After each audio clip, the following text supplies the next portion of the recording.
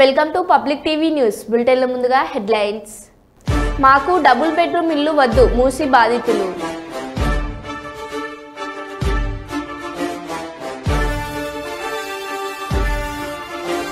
CMRF కు Reliance foundation 20 కోట్ల భారీ విరాళం.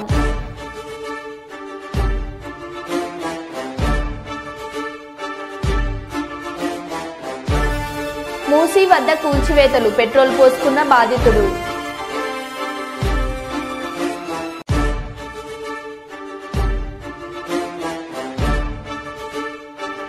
స్వయంభూ కాకినాడ భోగి గణపతి పీఠంలో ఘనంగా తిరుమల శ్రీ వెంకటేశ్వర స్వామిని 51వ జపయజ్ఞ పారాయణ.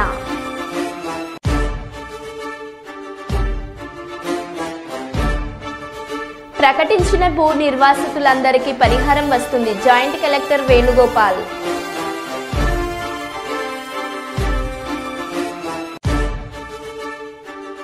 ఇక వివరాల్లోకి వెళ్తే, హైదరాబాద్ నుంచి కొత్తగూడెం వరకు వెళ్లనున్న జాతీయ రహదారికి సంబంధించి ఇల్లందు మండలంలో భూమి కోల్పోతున్న వారి పేర్లను ప్రకటించడం జరిగిందని, వారందరికీ పరిహారం వస్తుందని భద్రాద్రి జిల్లా జాయింట్ కలెక్టర్ వేణుగోపాల్ తెలిపారు. ఇల్లందు మండలం సదిమల్ల బొజ్జాయిగూడెం పరిధిలో 24 ఎకరాల 39 గుంటల వ్యవసాయ భూమి, 2.5 గుంటల నివాసాల భూమి కోల్పోతున్న 95 మందికి పరిహారం వస్తుందని తెలిపారు. ఇల్లందు మండలం పరిధిలో సుదిమల్ల పరిధిలో 18 లక్షల, చెల్లా సముద్రం పరిధిలో 14 లక్షల వరకు ఎకరానికి పరిహారం రానుందని జేసీ తెలిపారు. జాతీయ రహదారి భూసేకరణ విషయంలో ఇంకా ఎవరికైనా అభ్యంతరాలు ఉంటే దరఖాస్తు చేసుకునే పరిశీలన చేస్తామన్నారు.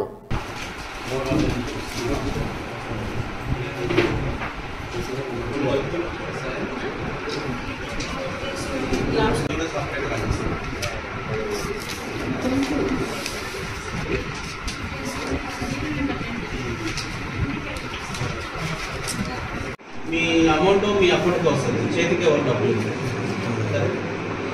నీకు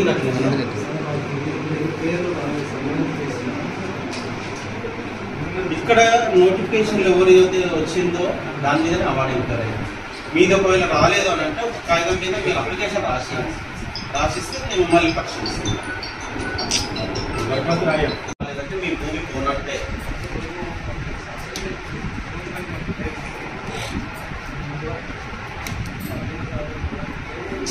మీ భూమి పోతే ఖచ్చితంగా ఈ నోటిఫికేషన్ మీ పేరు, లేదు అంటే మీ భూమి పోనట్టే. మీకు ఇంకేమైనా డౌట్ ఉంటే ఒక దరఖాస్తు మేము పరిశీలిస్తాము, పోతే పోయిందని ఇస్తాము, లేకపోతే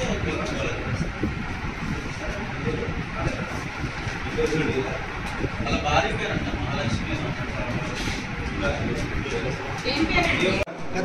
అడుగు పెద్ద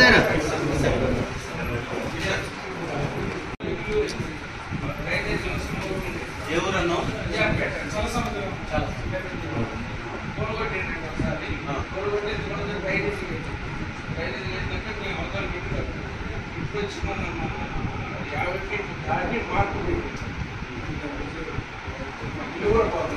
ఇప్పుడు నోటిఫికేషన్ అంటే నీ పేరు వచ్చిందా?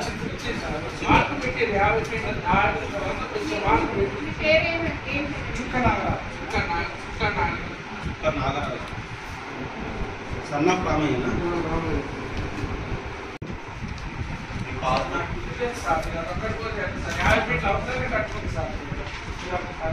ఏం కావాలి మీకు? చూసేది లేదు, పోకుండా చూసేది లేదు. పోయిన దానికి ఇప్పుడు మేము కంప్లైంట్ చేసేది ఏది నీకోసం ఇబ్బంది అవుతుంది అంటే దానికి కాంపెన్సేషన్ ఇస్తున్నాం కదా, డబ్బులు ఇస్తున్నాం కదా, ఊరికే తీసుకోవట్లేదు కదా. ఇప్పుడు అందరూ నాయిలు పోద్దు అంటే మళ్ళీ రోడ్లు ఎట్లయితాయి, వంతెనలు ఎట్లయితాయి?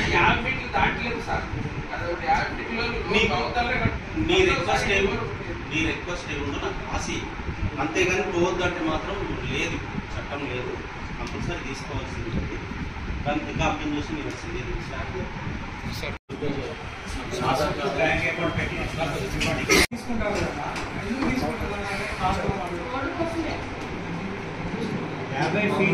నేను అందుకే అంటున్నా, ఆయన రిక్వెస్ట్ ఏముందో రాసిస్తే వాళ్ళకి పంపిస్తాం, పరిశీలించి దానికి వాళ్ళ రిప్లై రాసిస్తాం.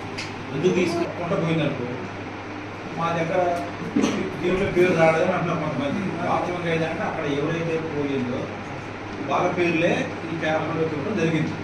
అయినా సరే సార్ చెప్పినట్టు మీకు డౌట్ ఉంటే రాసివ్వండి. ఇప్పుడు వచ్చి మీ ఇల్లు పొలాలు రాకపోవడం అనేది జరగదు. డబ్బులు పడ్డ తర్వాతే దాన్ని సంబంధించి మనకి మార్కెట్ వాల్యూ తెప్పించుకుంటే మనకు 1,50,000 ఉంది మార్కెట్ వాల్యూ. దానికి మేము ల్యాండ్ ఎక్విజిషన్ యాక్ట్ ప్రకారము మల్టిప్లికేషన్ చేసి దాన్ని 100% సొల్యూషన్ చేసి 12% మార్కెట్ అడిషనల్ మార్కెట్ వాల్యూ ఇవన్నీ చేస్తే వాళ్ళకి ఎకరానికి 18,81,073 రూపాయలు వస్తుంది. అవుట్ రైట్ రాసుకోండి, 18,81,000 అని రాసుకోండి ఎకరానికి. అదే చల్ల సముద్రంకి తెప్పించుకుంటే మాకు 3,37,500 మార్కెట్ వాల్యూ ఉంది. దానికి చూస్తే నేను చెప్పిన multiplications plus 100% solution 12% additional market value ఇవన్నీ కలుపుకుంటే 14,10,000 వస్తుంది. ఇవే కాకుండా ఒక రైతుకు సంబంధించి ఒక స్ట్రక్చర్ కానీ లేకపోతే బోర్ బావి కానీ షెడ్ కానీ చెట్లు కానీ వాల్యుబుల్ ట్రీస్ ఉంటాయి. అన్ని చెట్లకి ఇవ్వరు, కొన్నిటికే ఇస్తారు. ఏదైతే నోటిఫైడ్ ట్రీస్ ఉన్నాయో వాటికి ఇస్తారు, వాటికి కూడా అడిషనల్ ఇస్తారు. ఇప్పటికి మనకి సూదిమల్ల గ్రామానికి సంబంధించి 84 మంది రైతులు ఉన్నారు. 24 ఎకరాలు 39 గుంటల భూమి. 24 ఎకరాలు 39 గుంటల. అదే చల్ల సముద్రానికి సంబంధించి 11 మంది రైతులు ఉన్నారు. దానికి సంబంధించి 2.5 గుంటలు మాత్రమే ఉంది భూమి. అంటే అది ఇది కాదు, అగ్రికల్చర్ ల్యాండ్ కాదు. రోడ్ సైడ్ ఉన్న ఇండ్లు అన్ని సెట్లు చిన్న చిన్న ఉంటాయి కదా, అవును సార్, స్క్వేర్ యార్డ్స్ ఉంటారు కదా, అది 2.5 గుంటలు మాత్రమే. అగ్రికల్చర్ ల్యాండ్ తక్కువ ఉంది దీంట్లో. అగ్రికల్చర్ ల్యాండ్ లేదు చల్ల సముద్రంలో. మనకు సూదిమల్ల దాంట్లోనే మనకి అగ్రికల్చర్ ల్యాండ్. టోటల్ రైతు సూదిమల్లలో 84 మంది, 11. దీంట్లోనేమో చల్ల సముద్రంలో 11. సరే, చల్ల సముద్రం పరిధిలో ఉన్నారు 100 మంది రైతులకి పేర్లు రాలేదు సార్. ఇప్పుడు ఈ పర్సన్ కూడా పేరు రాలేదు. ఇప్పుడు ఈయననే కాదు, ఇంతకుముందు కూడా ఒక అతను పేర్లు రాలేదు అని అంటే మనకు ల్యాండ్ అక్విజిషన్లో పోతేనే ఈ పిఎంపీడీ చేసిన దాంట్లో ఇది. దీంట్లో పేర్లు ఉంటే కంపల్సరీ వాళ్ళ కాంపెన్సేషన్ వస్తుంది. దీంట్లో పేర్లు రాలేదు అని అంటే వాళ్ళ భూమి మేము తీసుకోలేదు. ఇంకా కూడా డౌట్ ఉంటే వాళ్ళ అప్లికేషన్ ఇవ్వమను, మళ్ళీ పరిశీలిస్తాం. ఒకవేళ అది నిజంగా ఇప్పుడు పోయిందనుకో దాన్ని కూడా మేము కాంపెన్సేషన్ ఇస్తాం. గుంటూరు రూరల్ మండలం నల్లపాడు గ్రామంలో గల శ్రీ వెంకటేశ్వర స్వామి వారి దేవాలయం నందు గౌరవ వైఎస్ఆర్ కాంగ్రెస్ పార్టీ అధ్యక్షులు శ్రీ వైఎస్ జగన్ గారి ఆదేశాల మేరకు పాప ప్రక్షాళన ప్రత్యేక పూజలు నిర్వహించి ఆ స్వామివారి ఆశీస్సులు స్వీకరించి నియోజకవర్గ ప్రజలకు ఆ స్వామివారి ఆశీస్సులు ఎల్లప్పుడూ ఉండాలని కోరిన ప్రతిపాడు నియోజకవర్గ వైఎస్ఆర్ కాంగ్రెస్ పార్టీ ఇన్ఛార్జ్ శ్రీ బలసాని కిరణ్ కుమార్.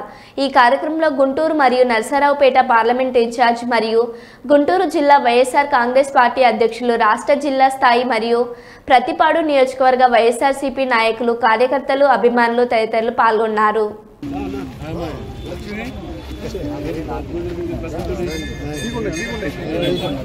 ఇంకోటి చూడమ్మా సార్ కూడా సారీ. ఆగు మామయ్య వెనకరిద్దాం.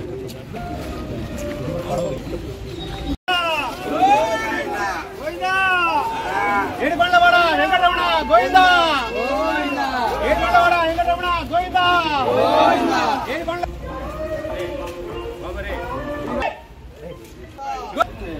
పార్టీ గురించి కాదు ఇవన్నీ రండి. మాదిరెడ్డి శ్రీనివాస్ రెడ్డి గారు రండి.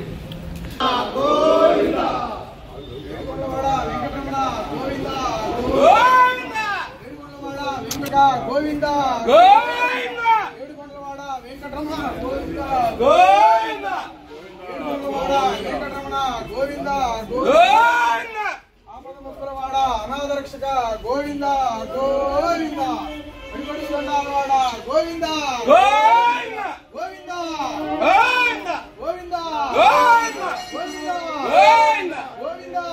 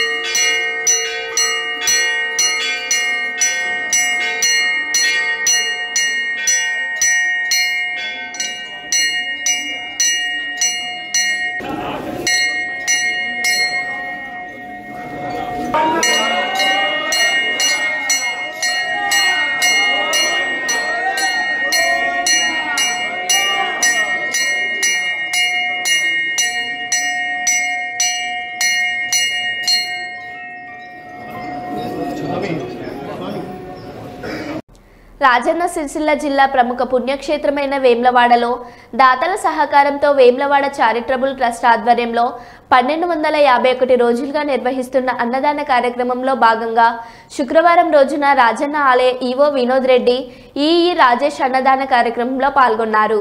ఈ కార్యక్రమంలో వీరి వెంట డిఈ రఘునందన్, మైపాల్ రెడ్డి మరియు ఆలయ సిబ్బందితో పాటు ట్రస్ట్ సభ్యులు మధుమహేష్, గొంగల రవికుమార్, మహమ్మద్ అబ్దుల్ రఫీక్, ప్రతాప నటరాజు తదితరులు పాల్గొన్నారు.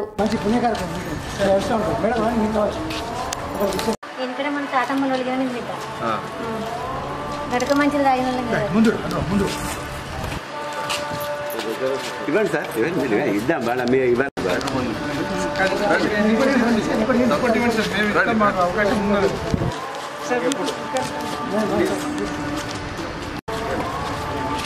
మీకు ఎన్నేళ్ళ అమ్మా ఇవ్వటి అన్నం? ఎన్నేళ్ళ? 5 సంవత్సరాలు అవుతాయి.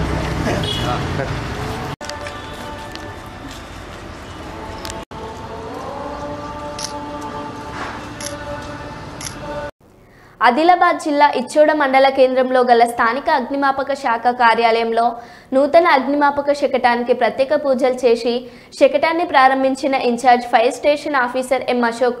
ఈ సందర్భంగా వారు మాట్లాడుతూ ఇచ్చోడ ఫైర్ స్టేషన్ పరిధిలో 7 మండలాలకు ఈ నూతన ఫైర్ ఇంజిన్ ద్వారా సేవలందించడం జరుగుతుందని, కావున 7 మండలాల ప్రజలు అత్యవసర పరిస్థితుల్లో, ప్రకృతి విపత్తుల సమయాల్లో, అగ్ని ప్రమాదాల సమయాల్లో ఇచ్చోడ ఫైర్ ఆఫీసర్ నెంబర్ 8712699215 గాని, ఫైర్ స్టేషన్ 8712699214 నెంబర్ గాని కాల్ చేయగలరని కోరారు. ఈ కార్యక్రమంలో తదితరులు పాల్గొన్నారు.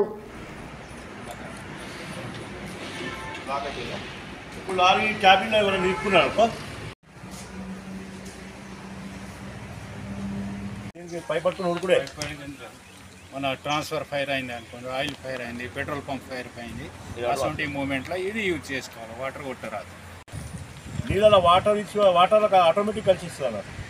35 kg ఉంది. ఇప్పుడు మనకు వచ్చేటి 4 kg, ఇది 35 kg బండి వచ్చేస్తాం.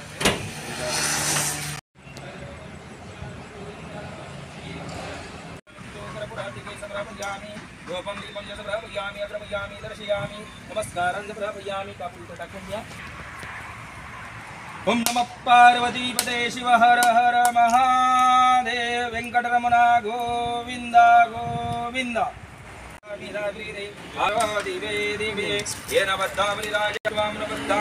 రక్షబంధో హరి మానుద్రాహ కృతవయంతో విశ్వద దబ్దాస అపరి విశ్వద దబ్దాస అపరిదాస ఉద్వీదాః రక్షమాంచలమాచలం నిర్విఘ్నమస్తు దీర్ఘాయుష్మాన్. కలియుగ దైవం తిరుమల వెంకటేశ్వర స్వామి వారి లడ్డు విషయంలో ఎన్డీఏ కూటమి ప్రభుత్వం నాయకులు చేస్తున్న తప్పుడు ప్రచారం మానుకోవాలని ఎమ్మెల్సీ కుడిపూడి సూర్యనారాయణరావు హెచ్చరించారు. వైఎస్ఆర్ కాంగ్రెస్ పార్టీ అధినేత వైఎస్ జగన్మోహన్ రెడ్డి ఇచ్చిన పిలుపు మేరకు వైసీపీ పార్టీ శ్రేణుల ఆధ్వర్యంలో అంబేద్కర్ కోనసీమ జిల్లా అమలాపురం హైస్కూల్ సెంటర్ నుండి అమలాపురం వెంకటేశ్వర స్వామి ఆలయం వరకు ర్యాలీ చేపట్టారు. అనంతరం అమలాపురం వెంకటేశ్వర స్వామి గుడిలో తప్పు చేసిన వారిని శిక్షించాలని, చంద్రబాబు చేసిన పాపాలను ప్రక్షాళన కోసం ప్రత్యేక పూజలు చేయించారు. మాజీ ఎంపీ చింత అనురాధ మాట్లాడుతూ చంద్రబాబు నాయుడు ఇచ్చిన హామీలు అబద్ధ హామీలంటూ సూపర్ 6 ఎక్కడ అమలు అయిందని, మహిళలను కూడా మోసం చేస్తూ నీచ రాజకీయాలు చేస్తున్న ముఖ్యమంత్రి చంద్రబాబుని వెంకటేశ్వర స్వామి క్షమించడంటూ ఆగ్రహం వ్యక్తం చేశారు. ఈ కార్యక్రమంలో వైసీపీ పార్టీ రాష్ట్ర ప్రధాన కార్యదర్శి మరియు తదితరులు పాల్గొన్నారు.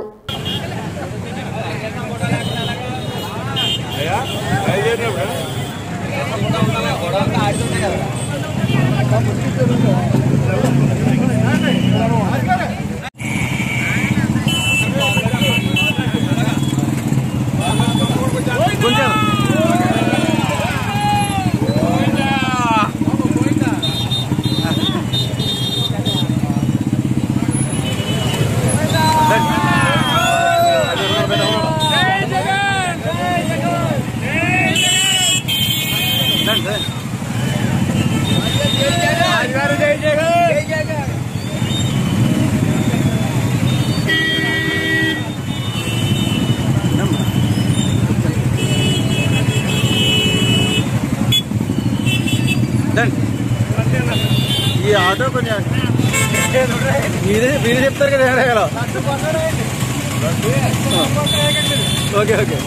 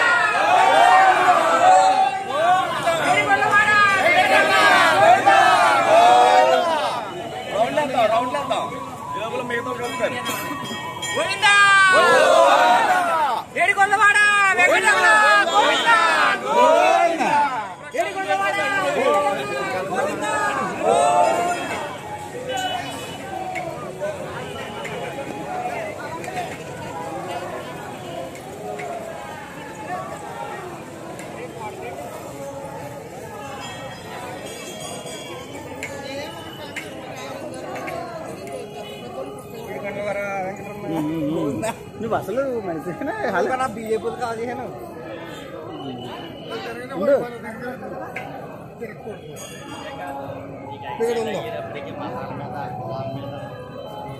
మెడికల్ కాలేజ్ లక్ష్మీ ఆదిత్య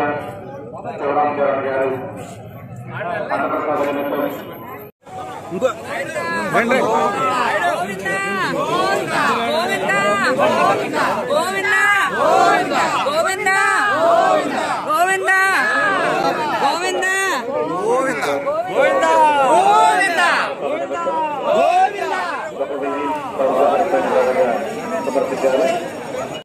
వరంగల్ జిల్లా అటవీ సంపద పరిరక్షణ ధ్యేయంగా పోరాడుతున్న అటవీ అధికారులను సిబ్బందిని ఇబ్బందులకు గురి చేశారు.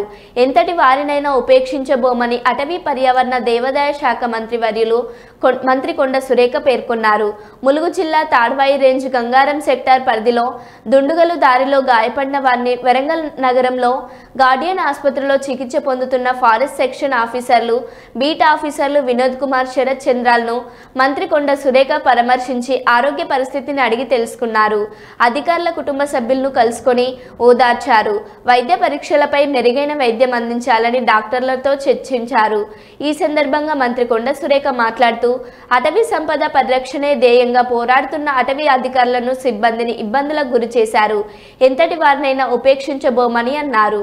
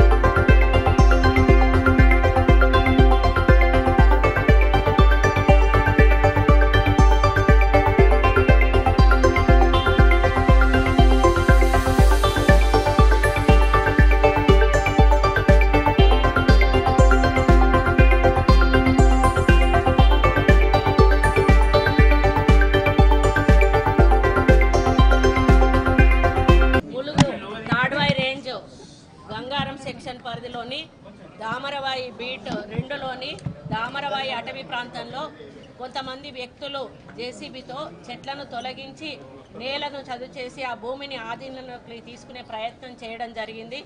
ఆ సమాచారం దామరవాయి అటవీ శాఖ అధికారులకు అందింది.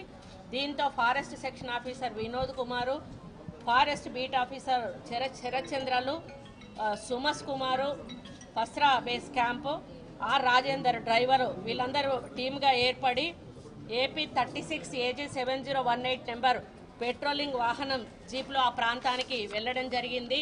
శ్రీ సాయి చింటూ అనే వ్యక్తులు సరోజ్ రెడ్డికి చెందిన జేసీబీతో చెట్లను తొలగిస్తూ నేలను చదును చేస్తున్న విషయాన్ని గమనించి వారితో పాటు అక్కడే ఉన్న సరోజ్ రెడ్డి సూచనల మేరకు వారు ఆ పని చేస్తున్నట్లుగా గుర్తించడం జరిగింది. చెట్లను ఎందుకు తొలగిస్తున్నారని వారు ప్రశ్నించగా డొంక తిరుగుడు వాళ్ళ సమాధానం చెప్పి రివర్స్ వీళ్ళ మీదకే మరి మాట్లాడడం కూడా జరిగింది. దీంతో జేసీబీని అటవీ శాఖ కార్యాలయానికి తరలించే ప్రయత్నము వీరు తరలించి ఉదయం వచ్చి తీసుకెళ్లాలని చెప్పి వారికి సూచించడం జరిగింది.